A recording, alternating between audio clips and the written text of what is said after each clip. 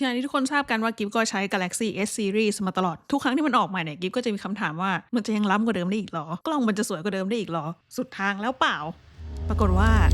ยังได้อีกฉันว่าไฟล์มันต้องดีแน่นอนดูจากทรงวันนี้เดี๋ยวจะมาเปรียบเทียบกล้องของรุ่น S26 Ultra กับรุ่นที่แล้วกันว่ามันดีขึ้นจริงไหมซึ่งดูเผินๆจากหน้าตาภายนอกเนี่ยคือหน้าตาคล้ายๆเดิมเลยนะแค่ตรงกล้องจะมีฐานแพลตฟอร์มเพิ่มขึ้นมาแต่เดี๋ยวเราไปดูสเปคกล้องกันดีกว่าคร่าวๆเลยเนี่ยก็คือกล้องหน้ามุมกล้องกว้างกว่าเดิมเลนส์วายแล้วก็เลนส์เทเลคูณ5รูรับแสงกว้างขึ้นกว่าเดิมรูรับแสงกว้างกว่าเดิมแปลว่าก็จะถ่ายในที่แสงน้อยได้ดีขึ้นหน้าชัดหลังเบลอสวยขึ้นแต่ก่อนจะไปทดสอบกล้องกันเนี่ยขออนุญาตขายฟีเจอร์นึงที่กิ๊บรู้สึกว่าแบบมันว้าวมากและคิดว่าหลายๆคนน่าจะชอบนะก็คือฟีเจอร์ privacy display หรือก็คือการกันไม่ให้คนอื่นแอบดูหน้าจอเราปกติเวลาที่เราไปติดฟิล์มเพื่อวัตถุประสงค์เดียวกันเนี่ยคือมันจะมีข้อจำกัดว่ามันกันด้านบนไม่ได้แต่อันนี้คือกันได้รอบทิศทางเปิดปิดได้แถมยังเลือกแอปที่จะซ่อนได้ด้วยคือล้ำมากชอบมากอันนี้โอเคเราไปที่กล้องกันวันนี้ได้คุณบิวมาเป็นอังแบบให้นะคะกล้องหน้าเนี่ยหลักๆคือเขาบอกว่ามุมภาพมันกว้างขึ้นนะแต่ลองสังเกตภาพที่ได้ดูคือคิดรู้สึกว่าสีผิวรุ่นใหม่เนี่ยมันสวยขึ้นนะอาจจะดูยากหน่อยเพราะว่านางแบบเราผิวสวยมากแต่ว่ามันจะอมชมพูขึ้นแล้วมันยังดูแบบดูเนียนขึ้นอะเทียบคู่แบบนี้อาจจะมองไม่ออกว่ามันกว้างขึ้นแค่ไหนเดี๋ยวกิฟลองทาบให้ดู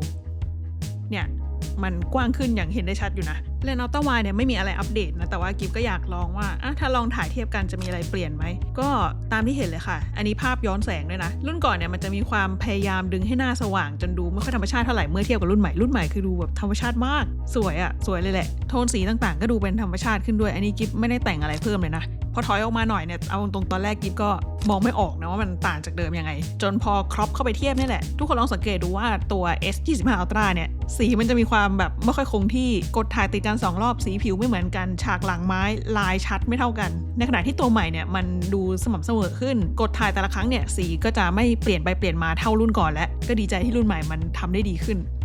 ต่อไปเดี๋ยวเรามาลองเลนส์วายที่เป็นเลนส์หลักกันกิฟถ่ายโหมด50ล้านทุกอันเลยนะคะอันนี้สำหรับกิฟคือเห็นชัดเลยนะว่าสีผิวมันเปลี่ยนไปสีผิวมันสวยขึ้นคือมันจะออกติดชมพูมากขึ้นนะแล้วก็ดูเนียนขึ้นด้วยแบบผิว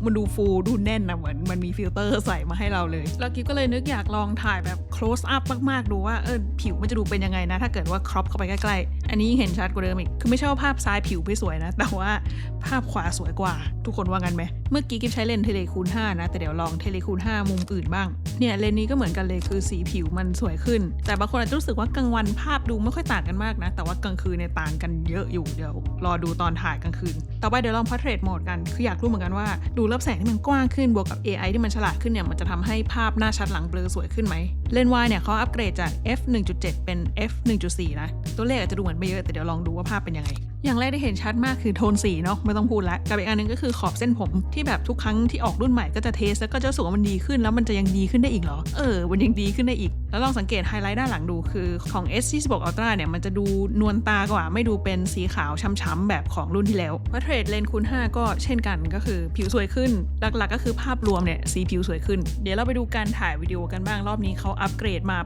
พอสมควรเลยแหละอันเนี้ยสำหรับช็อตแรกเนี่ยส่วนตัวกิฟมองไม่ออกว่ามันดีขึ้นยังไงนะแต่ว่าพอเป็นช็อตที่2ที่เป็นถ่ายริมหน้าต่างเนี่ยจะเห็นเลยว่าสีมันอิ่มขึ้นอันนี้กิฟกดถ่ายแบบล็อกแสงทั้งคู่เลยนะพอถ่ายโหมดออโต้เนี่ยอาจจะยังดูเหมือนไม่ต่างกันมากแต่โหมดที่อัปเกรดมาก็คือโหมดล็อกค่ะสำหรับคนที่ยังไม่คุ้นเคยว่าล็อกวิดีโอคืออะไรเนี่ยมันคือการถ่ายวิดีโอที่สีมันจะออกมาเป็นเทาๆแบนๆแบบนี้ข้อดีก็คือมันจะเก็บรายละเอียดทั้งในส่วนมืดแล้วก็ส่วนสว่างได้ดีขึ้นเวลาเราเอาไปย้อมสีไปทำอะไรต่างๆก็จะยืดหยุ่นขึ้นแต่ความพิเศษของรอบนี้ก็คือเขามีหลัดมาให้ด้วยหลัดหรือว่า lookup table เนี่ยมันเป็นเหมือน preset ที่เอาไว้ย้อมสีวิดีโอนั่นแหละเราสามารถพรีวิวดูก่อนถ่ายได้ว่าแต่ละอันจะออกมาเป็นยังไงเขามีหลัดมาให้4ตัวนะแต่ละอันก็คือตั้งชื่อตามประเภทหนังคนที่แบบย้อมสีไม่เป็นอะไรเงี้ยก็มาเลือกใช้อันนี้ได้อย่างคิดว่าอัน blockbuster เนี่ยสวยแบบใช้งานได้เลยกับอีกฟีเจอร์หนึ่งที่ลืมสกรีนเรคคอร์ดไว้ให้ดูนะก็คือฟีเจอร์ horizontal lock หรือว่าฟีเจอร์ล็อกเส้นขอบฟ้าหมายความว่าไม่ว่าเราจะเอียงกล้องยังไงเนี่ยเส้นขอบฟ้าเราจะตรงเสมออันนี้กิ๊บก็ลองเขย่ากล้องดูแต่มีคนบอกว่าให้ลองพลิกกล้องเป็นแนวนอนเลย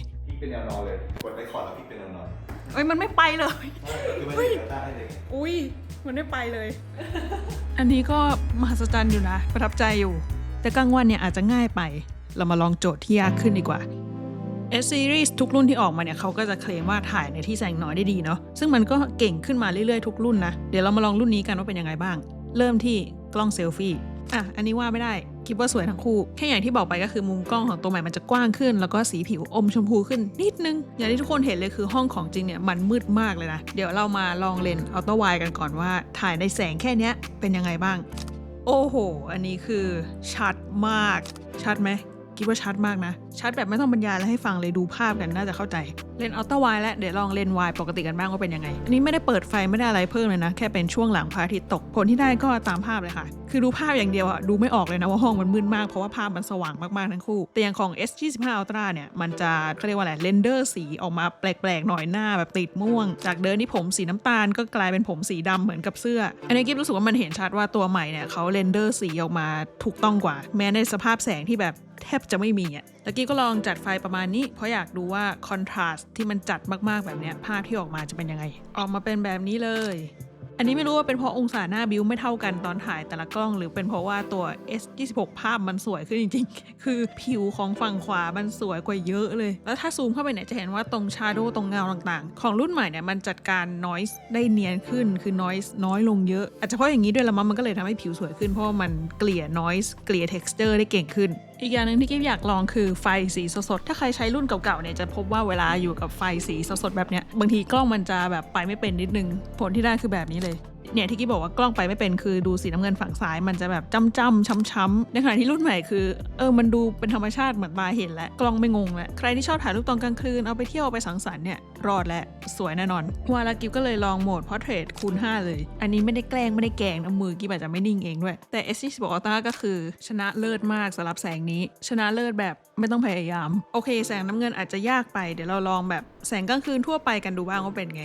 ก็ยังชนะอยู่ดีนะโอ้มันออกมาแบบสว่างมากเลย noise ก็ลดลงอย่างเห็นได้ชัดส่วนอันนี้ portrait lens wide ถ้าใครสงสัยว่ารูรับแสงกว้างขึ้นมันดียังไงมันดีตรงนี้แหละค่ะอีกอย่างที่เขาบอกว่าดีขึ้นมากๆก็คือวิดีโอในที่แสงน้อยนะอันนี้ก็เห็นชัดมากเหมือนกันว่ามันดีขึ้นมากๆทุกคนลองสังเกตดูคือของรุ่นใหม่มันดูคลีนดูคมขึ้นเยอะถ้าซูมเข้าไปจะยิ่งเห็นชัดเลยว่ามันจัดการ noise ได้ดีขึ้นมากๆคือ noise น้อยลงเยอะมากก็เป็นอีกหนึ่งข้อดีที่เราได้จากรูรับแสงที่กว้างขึ้นและ AI ที่ฉลาดขึ้นลองให้ดูระยะประมาณนี้น่าจะพอเห็นภาพรวมเนาะเซตนี้คือถ่ายด้วยโหมดออโต้ปกติเลยนะไม่ได้ตั้งค่าอะไรเพิ่มแค่ล็อกแสงเฉยๆอีกเรื่องนึงที่กิ๊บเจ็บใจนิดๆจากรุ่นที่แล้วที่มันถ่ายวิดีโอได้เนี่ยก็คือโหมดล็อกคือรุ่นที่แล้วถ้าถ่ายตอนกลางวันเนี่ยไม่มีปัญหาเลยถ่ายออกมาสวยมากแต่พอเป็นกลางคืนเนี่ยอาจจะยังนะแต่ว่ารุ่นนี้คือรอดชนะเลิศสวยเลยใช้งานได้ใครที่ชอบเอาวิดีโอไปย้อมสีต่อเนี่ยก็จะทำงานง่ายขึ้นและอีกฟีเจอร์สนุกๆที่อยากให้ลองเล่นก็คือ Photo Assist Mode Create คือการลบคนลบนั่งร้านลบอะไรเนี่ยคือเบสิกไปเลยอันนี้กิ๊บจะลองเติมภาพน้องลูกตาลนะคะหมาที่บ้านกิ๊บให้บิวเป็นคนอุ้มนะความใหม่ของรอบนี้คือเราสามารถพิมพ์พร้อมสั้นๆเข้าไปให้ AI ช่วยเจนภาพให้เราได้ รู้ไหมกันนะว่ามันจะออกมาอย่างนี้หรือตลก มันได้อยู่ แล้วอุ้มน่ารักมากเลย อุ้มแบบสุดเด็ดใช้ได้เลยอ่ะคุณบิวจากคุณบิวยืนริมหน้าต่างคนเดียวก็มีน้องลูกตาลมาอยู่เป็นเพื่อนน่ารักปะนี่ดองอีกลูกเจนน้องลูกตาลเข้าไปให้มันเนียนนะว่าไปแบบหนุ่มน้อยได้ออกกล้องแล้วจริงๆเราทำได้หมดเลยนะเปลี่ยนเสื้อผ้าเปลี่ยนฉากหลังคือง่ายเลยอย่างอันนี้ตอนที่กิ๊บทดลองครั้งแรกคือกิ๊บลองเปลี่ยนชุดตัวเองเป็นชุดแม่มดโอ้โหไม่ธรรมดากลายเป็นแม่มดน้อยกิ๊บลีสวยเลยอะก็หวังว่าคลิปจะเป็นประโยชน์ให้กับคนที่กำลังสนใจตัว Galaxy S26 Ultra นะคะวันนี้ก็มีเรื่องมาแชร์เท่านี้ค่ะไว้เจอกันคลิปหน้าอันนี้ยังไม่ได้เปิด privacy setting เปิด อุ้ย มืดแล้วใช่ไหม มืดเลย เลิศ